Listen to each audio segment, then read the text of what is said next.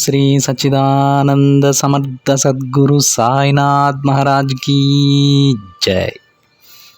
ముందుగా సాయి భక్తులందరికీ నమస్కారం అండి. వీడియో చూస్తున్న ప్రతి ఒక్కరిపైన ఆ సాయినాథుని ఆశీస్సులు ఉండాలని, బాబా గారి భక్తులందరూ ఎప్పుడూ కూడా ఆనందంగా సంతోషంగా వారి జీవితాన్ని గడపాలని మనస్ఫూర్తిగా కోరుకుంటూ ఈ వీడియోని స్టార్ట్ చేస్తున్నాను ఫ్రెండ్స్. ఈరోజు సందేశంలో బాబా గారి విధంగా అంటూ ఉన్నారండి, బిడ్డ నన్ను అడిగింది ఈరోజు నీకు ఇవ్వబోతున్నానమ్మా. ఒక్కసారి నా పాదాలను తాకి నేను చెప్పేది విను అని బాబాగారు అంటూ ఉన్నారండి. ఈరోజు బాబాగారు తన పాదాలను తాకమని తన బిడ్డలకు చెబుతూ ఉన్నారు. ఆ కారణంగా వారి పాపకర్మలను తొలగించుకొని బాబాగారు ప్రసాదించబోయేటువంటి ఆ అదృష్టాన్ని తీసుకోమని బాబాగారి మాటలలోని అర్థం. అసలు బాబాగారు తన బిడ్డలకు ఏం చెప్పాలనుకుంటున్నారో ఆ తండ్రి మాటలలోనే విని పూర్తిగా తెలుసుకుందామండి. బాబాగారు ఈ విధంగా అంటూ ఉన్నారు, బిడ్డ ఈరోజు నీ కోసం నువ్వు ఎదురు చూస్తున్న అదృష్టాన్ని తీసుకువచ్చాను తల్లి. దానిని స్వయంగా నేనే తీసుకొస్తున్నాను. నేను నీ దగ్గరకు రాబోతున్నానని నీకెన్నో సంకేతాలు ఇదివరకే పంపానమ్మా. నిజం బిడ్డ, నాకెంతో ఇష్టమైనటువంటి నా బిడ్డ కోసం ఈరోజు తప్పకుండా నేను నీ వద్దకు వస్తాను. అది ఎలాగైనా సరే నీ దగ్గరకు తప్పకుండా చేరుకుంటానమ్మా. నేను నిన్ను చూస్తాను తల్లి, స్వయంగా నేనే వస్తాను. ఒకవేళ కుదరకపోతే ఈ రాత్రి అయినా సరే నీ కలలో నీకు దర్శనమిస్తాను. ఈ తండ్రి దర్శన భాగ్యం తప్పకుండా నీకు కలుగుతుంది. నా దర్శనంతో పాటు నువ్వు ఎదురు చూసే మంచి వార్తని కూడా తీసుకురాబోతున్నానమ్మా. నువ్వు ఈరోజు నా కోసం వచ్చినా రాకపోయినా కానీ నేను మాత్రం తప్పకుండా నా బిడ్డను చూసుకోవడానికి నీ దగ్గరకు వస్తాను. ఈరోజు కొద్దిగా నీ చుట్టుపక్కల గమనిస్తూ ఉండు తల్లి. ఎంతలే అని అశ్రద్ధ చేయవద్దు. నిర్లక్ష్యం చేస్తే నష్టం జరగగలదు. ఈ నా మాటలు నీకే ఎందుకు చెబుతున్నానో తెలుసా? నువ్వు ప్రతిరోజు నా దగ్గరకు వచ్చి, బాబా నేను మిమ్మల్ని మనసారా ప్రార్థిస్తూ ఇష్టపడుతున్నాను, నేను మిమ్మల్ని ఎంతో అభిమానిస్తూ ఉన్నాను, మీరు నా వైపు చూస్తూ ఉన్నారా తండ్రి? నా ప్రార్థనలు మీకు వినబడుతూ ఉన్నాయా? ఒకవేళ వినపడినా ఎవరో అన్నట్లు పక్కకి తిరిగి వెళ్ళిపోతున్నారా? నా కోరికలన్నీ నెరవేర్చుతారా బాబా అని నన్ను అడుగుతూ ఉన్నావు కదా తల్లి. చూడమ్మా, నేను నీ మాటలన్నీ వింటున్నా. ప్రతి ఒక్క కోరికను నేను వింటూ ఉన్నాను బిడ్డ. అలాగే నీ ప్రతి కోరికను నేను నెరవేరుస్తాను. నువ్వు కొన్నిసార్లు తప్పులు చేస్తూ ఉన్నావు బిడ్డ. తరువాత మళ్ళీ వాటిని తెలుసుకుని పశ్చాత్తాపపడుతూ ఉన్నావు. మంచి పనమ్మా. తప్పులు ఎవరైనా చేస్తారు. తెలియక చేసిన తప్పులకు పశ్చాత్తాపపడేవారే నిజమైన మనుషులుగా మిగులుతారు. బిడ్డ, నువ్వు ఆ తప్పు చేసినప్పుడు ఆ బాధలో నా దగ్గరకు వచ్చి, బాబా నన్ను క్షమించగలరా మీరు అని ఎంతో బోరున ఏడుస్తూ ఉన్నావు.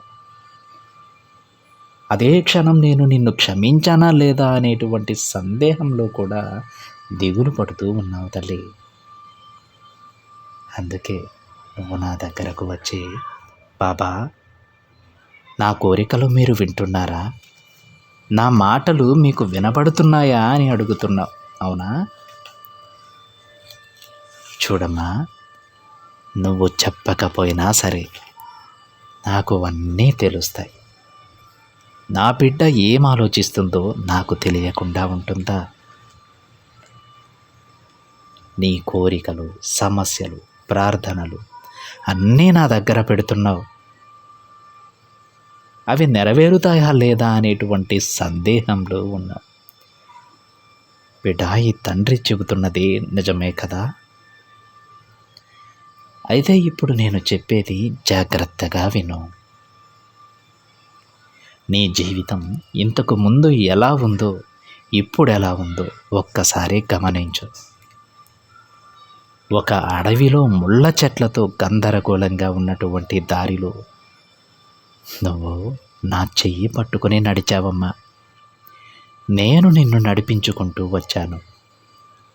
ఇక నా వల్ల కాదు అన్న పరిస్థితులలో కూడా నేను నీ వేలు పట్టుకొని మరీ నిన్ను నడిపించాను కదా తల్లి.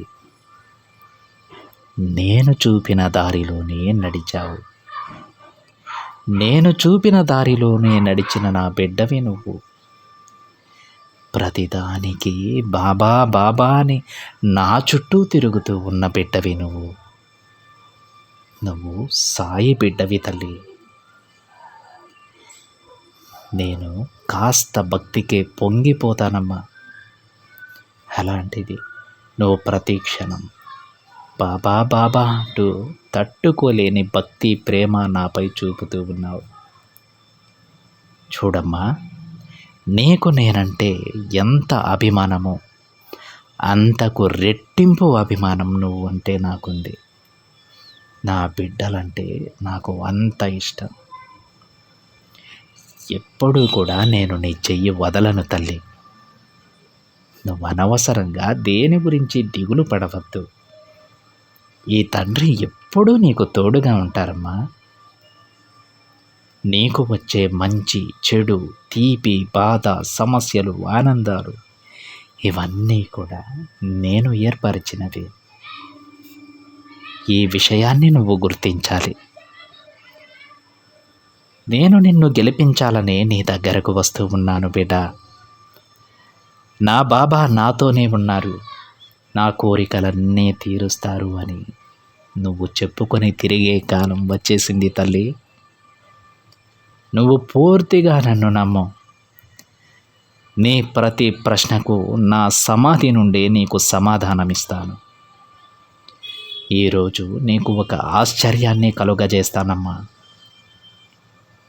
ఎలాగైనా సరే నిన్ను నేను చేరుకుంటాను. నువ్వు ఇష్టపడే వార్తతోనే నీ దగ్గరకు వస్తాను. నువ్వు కొంచెం నీ చుట్టుపక్కల గమనిస్తూ ఉంటే నీకే అర్థమవుతుంది. ఎప్పుడైతే నేను నిన్ను చూస్తానో అప్పటి నుండి నీ కష్టాలన్నీ మటుమాయమైపోతాయి. ధన్యవాదాలు చెప్పడానికి ఆనందంతో పరిగెత్తుకుంటూ నా దగ్గరకు వస్తావమ్మా. నా బిడ్డ రాక కోసం నేను ఎదురు చూస్తూ ఉంటాను తల్లి. ఈ గురువాకు సాక్షాత్తు ఈ తండ్రి నా బిడ్డతో పలుకుతూ ఉన్నారు. ఇది కేవలం నీ కోసం మాత్రమే. ఈరోజు నీ ముందుకు వస్తాను. నమ్మకంతో ఆనందంగా ఉండు తల్లి. నీ తండ్రి రాక కోసం ఎదురు చూస్తూ ఉండు బిడ్డ. నీకు అంతా శుభమే జరుగుతుంది అని బాబాగారు అంటూ ఉన్నారండి.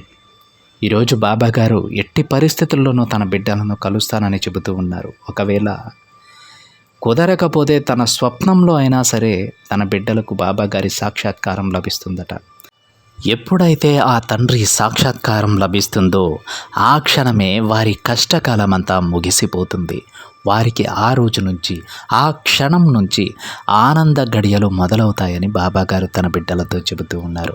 అయితే మనం చేయవలసింది ఏంటంటే బాబాగారి పైన పూర్తి నమ్మకంతో తప్పకుండా ఈ సందేశాన్ని ఆ తండ్రి నా కోసమే చెప్పారు, నేనంటే నా బాబాకి చాలా ఇష్టం, చాలా అభిమానం, నేనే ఆ ప్రియమైన బిడ్డని, బాబాగారు నా మాటలు విన్నారు, నా కష్టాలకు ముగింపు పలకడానికి సాక్షాత్తు ఆ తండ్రి నా కోసం వస్తున్నారని నమ్మటం. ఇదొక్కటే. మీరు ప్రశాంతంగా ఉండండి, నమ్మకంతో ఉండండి. ఆ నమ్మకాన్ని ఆ తండ్రి నిలబెట్టుకుంటారు.